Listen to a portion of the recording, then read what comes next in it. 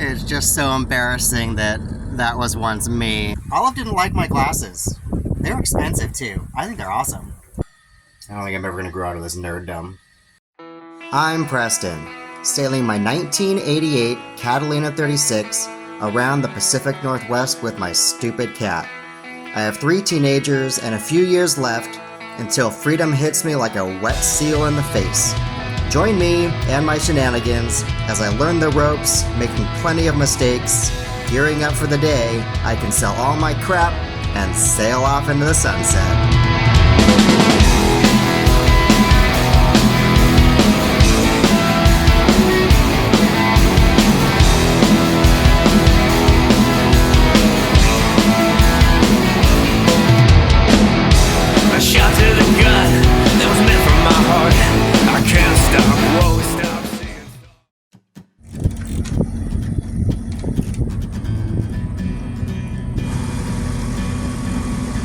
It's just so embarrassing that that was once me.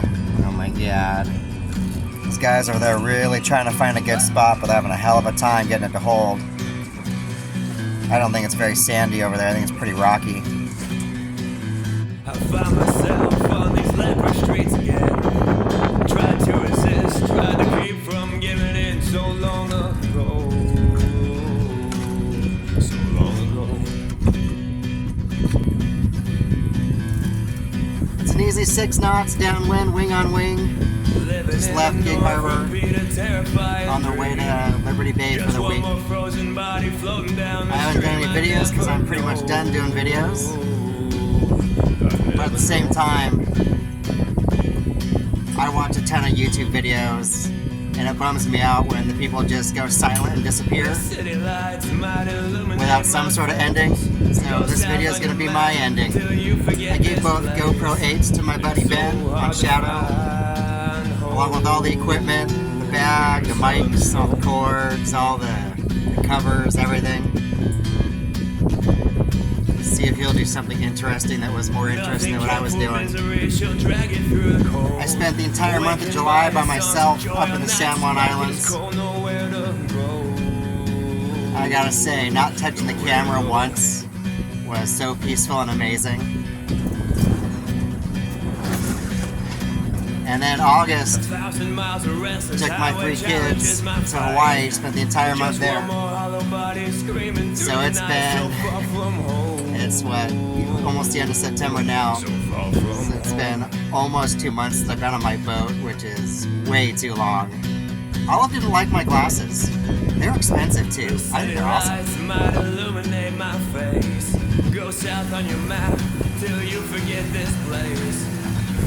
We are cruising 7 knots. It's becoming harder to keep the wing on wing though.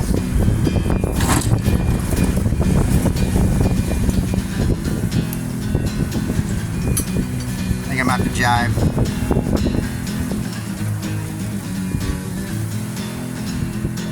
I've learned over the years in all these islands not to react too fast, because the wind moves around so much as it funnels through all these little curves of the land. I used to react super fast and end up jibing, and then I'd have to go back to wing on wing and just a bunch of back and forth work. Now if I just adjust course for 5 minutes or so, it ends up going back to the original course, and I don't have to I kind of squiggle my way through instead of doing all those changes. 18 knots of wind. I just ended up taking the jib all the way in, just mainsailing the full mainsails up, downwind still, and we got 6.1 knots. And my expensive $200 glasses broke.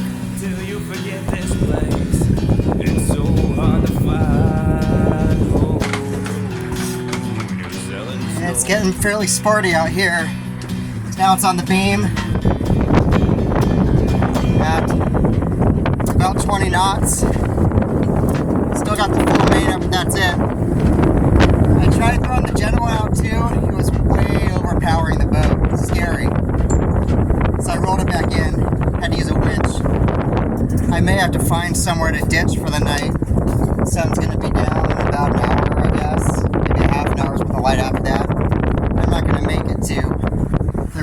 by then.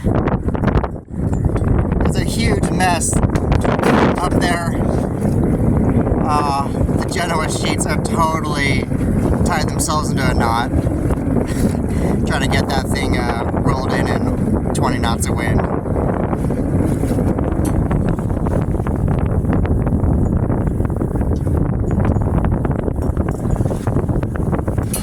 I turned the motor on because this passage is really tight and the wind died down quite a bit. I'm still sailing, probably 3 knots of it sailing, another 3 is the motor. It's really tight, ferry comes through here, it's coming through now. I just didn't want to sail through here without at least the motor running.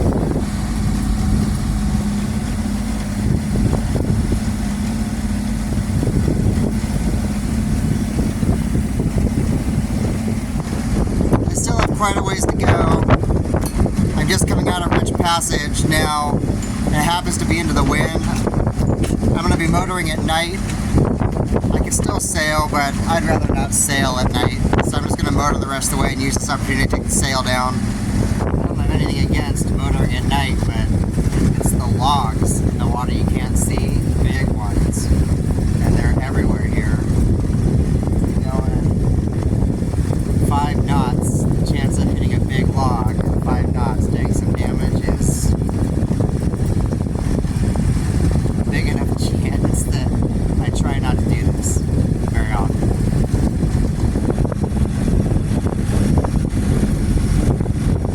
It is starting to dump rain on me too. I've got, I'd say, at least another hour to go. Elliot and I are working through my starter battery charging issues that I talk a lot about.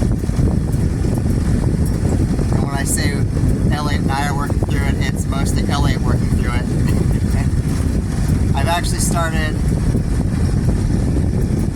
a diagram of every single wire in this entire boat on Photoshop to help make more sense of what the heck's going on. Right now the house charges when the motor's running, but not the starter battery, which sucks. After I start when I motor for a long time, the starter battery sits there at like 12.2, 12.1.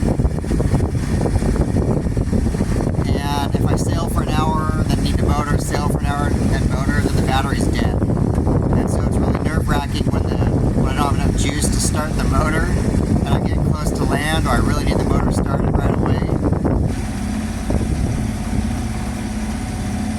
Having Navionics is too easy. This is the first time I've used Navionics at night. Before now it was always paper charts and watching buoy lights. So how has Navionics not realized night vision is important? How is there not a night mode on Navionics? I don't get that one. I anchored at about 9:30. Guy behind me was already here. I didn't see him until the last minute. No lights on at all. I don't understand that. I'm lit up like a Christmas tree. The other guy next to me, he's lit up like a Christmas tree. A couple others have anchor lights, which are very hard to see. But this guy's on this big, huge motor yacht. Not a single light on. And it's a super busy, popular anchorage. I just don't get it. So risky. That's the guy I came in next to last night. Not a single light on his boat. All I could see was his silhouette. The guy behind him was super lit up. There's 2 boats behind him. I didn't see them at all. You have idiots like me coming in at 10 p.m. in the dead of night. Cloud cover. It wasn't even the moon. It was pitch black.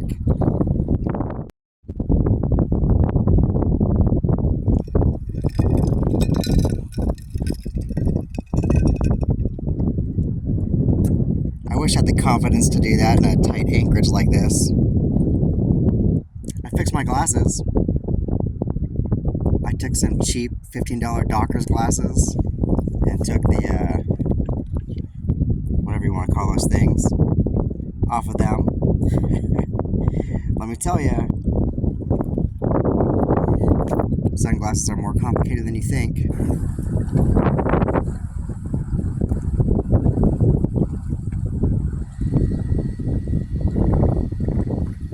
up sitting at the dock for the last couple days because I was out at anchor all week, and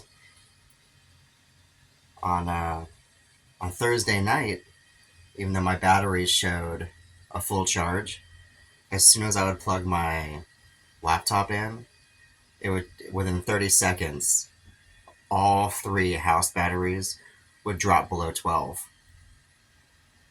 All of a sudden. And that's never happened before. I have plenty of solar, 400 watts of it, so something was going on with those batteries. And I had to work all Friday, so Thursday night, in the dead of dark, I pulled out the generator, which is always my fail-safe. I can plug straight into the generator and continue work, but the generator wouldn't start. So like 10 p.m. at night, I ended up taking the entire generator apart. I rebuilt the carburetor, rebuilt the fuel pump in there, looking for some clog, looking for something wrong. I emptied all of the gas into a bucket, walked into town, got some new premium, put it in. It just no go. Been sitting here at the dock for a couple days playing World of Warcraft with my kids.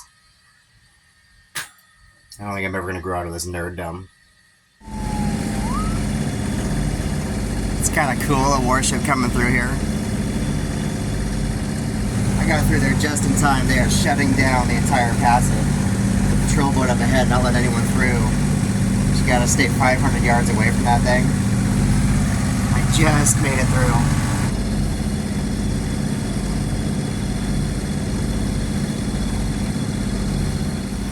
There's even a jet outside on top, which is kind of nerd cool. Today is the day I think I'm going to finally fix the battery charging problem. So this little red wire normally goes to the positive post right there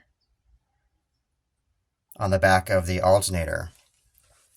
And my buddy Elliot, one of the 2 people that watches my videos, thank you, reached out to the manufacturer of this thing, and they said to disconnect that wire and extend it with a heavier gauge to the starter battery side of the new isolator. So essentially that's the sense wire, and with that not going to the battery side of the isolator, the alternator doesn't realize there's any batteries connected, so it doesn't put out any juice, which is why when Ben and I were playing with this, when we had it all hooked up to the oscillator, there was no juice. Okay, it's all wired up. It's a mess right now. Here's the sense wire. It goes down to this wire that they told me to make a connection to. That goes to the starter battery side. That big cable goes straight to the starter battery. Middle cable goes straight to the alternator. Right here. And the 2 right cables, the small one is the refrigerator, and the big one is the house bank batteries. Not gonna lie, I'm a little nervous about starting this thing up. Here's what my house batteries look like right now. The gauge all the way on the right is the starter battery, so it'll be really obvious if that's charging, because it'll shoot up to over 13. The 2 on the left are my 2 house banks. They should shoot up a little bit, but it may be a little difficult to see if they're charging. They should shoot up a little bit. They're high because they have the solar on them.